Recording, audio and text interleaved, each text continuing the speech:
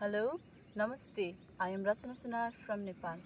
I am a human rights activist and founder of IDEA Nepal, working to end harmful practice of child marriage and violence against women and girls in Nepal.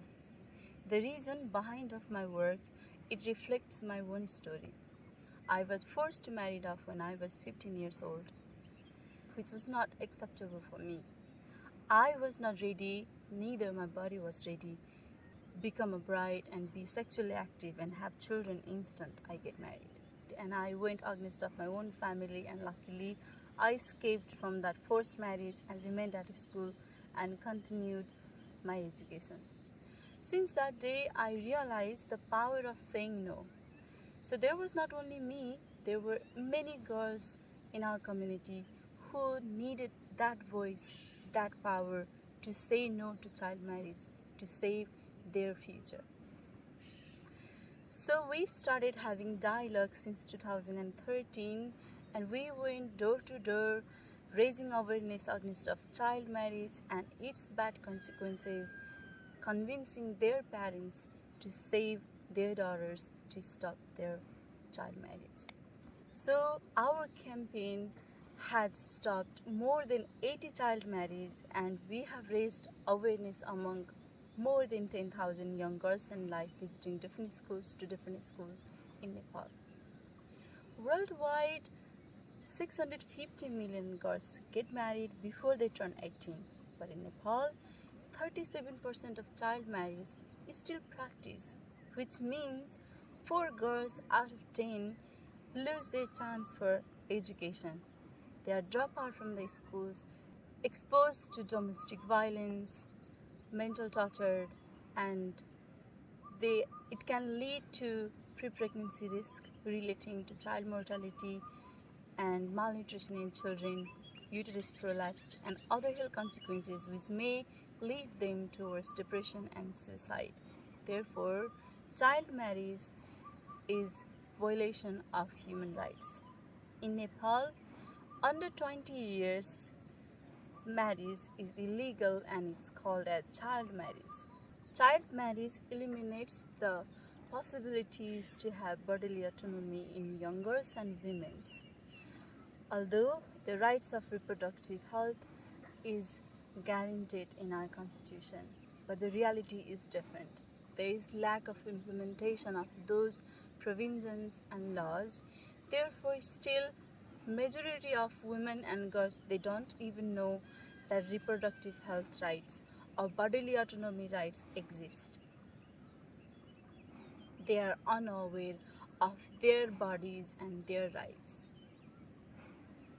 In Nepal, there are several harmful practices that abandons girls and women to access their bodily autonomy. For example, chow system. Chow system is untouchable system. During their menstruation period, they are called impure. So they are asked to live outside of the home at least for 5 days to 7 days in a small mud hut or cell, and they are not allowed to participate in any activities in their family or even touch the belongings of their family. And still we hear rape attempts, sexual harassment, and ghost trafficking, acid attacks. All these makes women and girls feel vulnerable, to feel weaker sections in the society. We as a woman, we don't feel secure enough in our bodies. We feel insecure, we feel unempowered, dependent in our family. So there is a solution how we can end this harmful practice of child marriage is we have to eradicate poverty, because poverty is the main root of cause which makes girls and boys drop out from schools, and they are involved in child labor, and they married in such a young age like 15 or 16 years old. So the solution is investing in their education. If we invest in their education, they can be independent. They can have their life as empowered and they can have their ability to use their voice to say no to such forms of violence, or to access their bodily autonomy. And in my perspective, I see bodily autonomy in many other ways.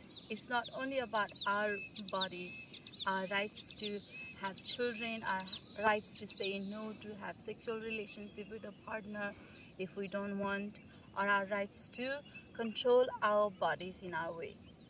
But it's more than that. It is connected to our self-respect, our self-esteem, and our status in the society, how we are being treated and how the society is perceiving us. Are we being the same valued as male in the society, or are we being treated differently? So our body represents the overall our well-being, and it also connects to our emotional, social, economical life, with how much access do we get to participate equally in the society and to be proud of having a woman body. So I would encourage all of you to stop child marriage, because this practice put girls in high risk of being vulnerable, miserable, and victim of domestic violence and exposed to marital rape and other health consequences, which will create a whole cycle of poverty, illiteracy, and they can't be good parents to raise their children, and again the next generation will suffer with the same fate. So let's invest in education and let's save our girls from being forced bride, and let's break this stereotype that girls are vulnerable.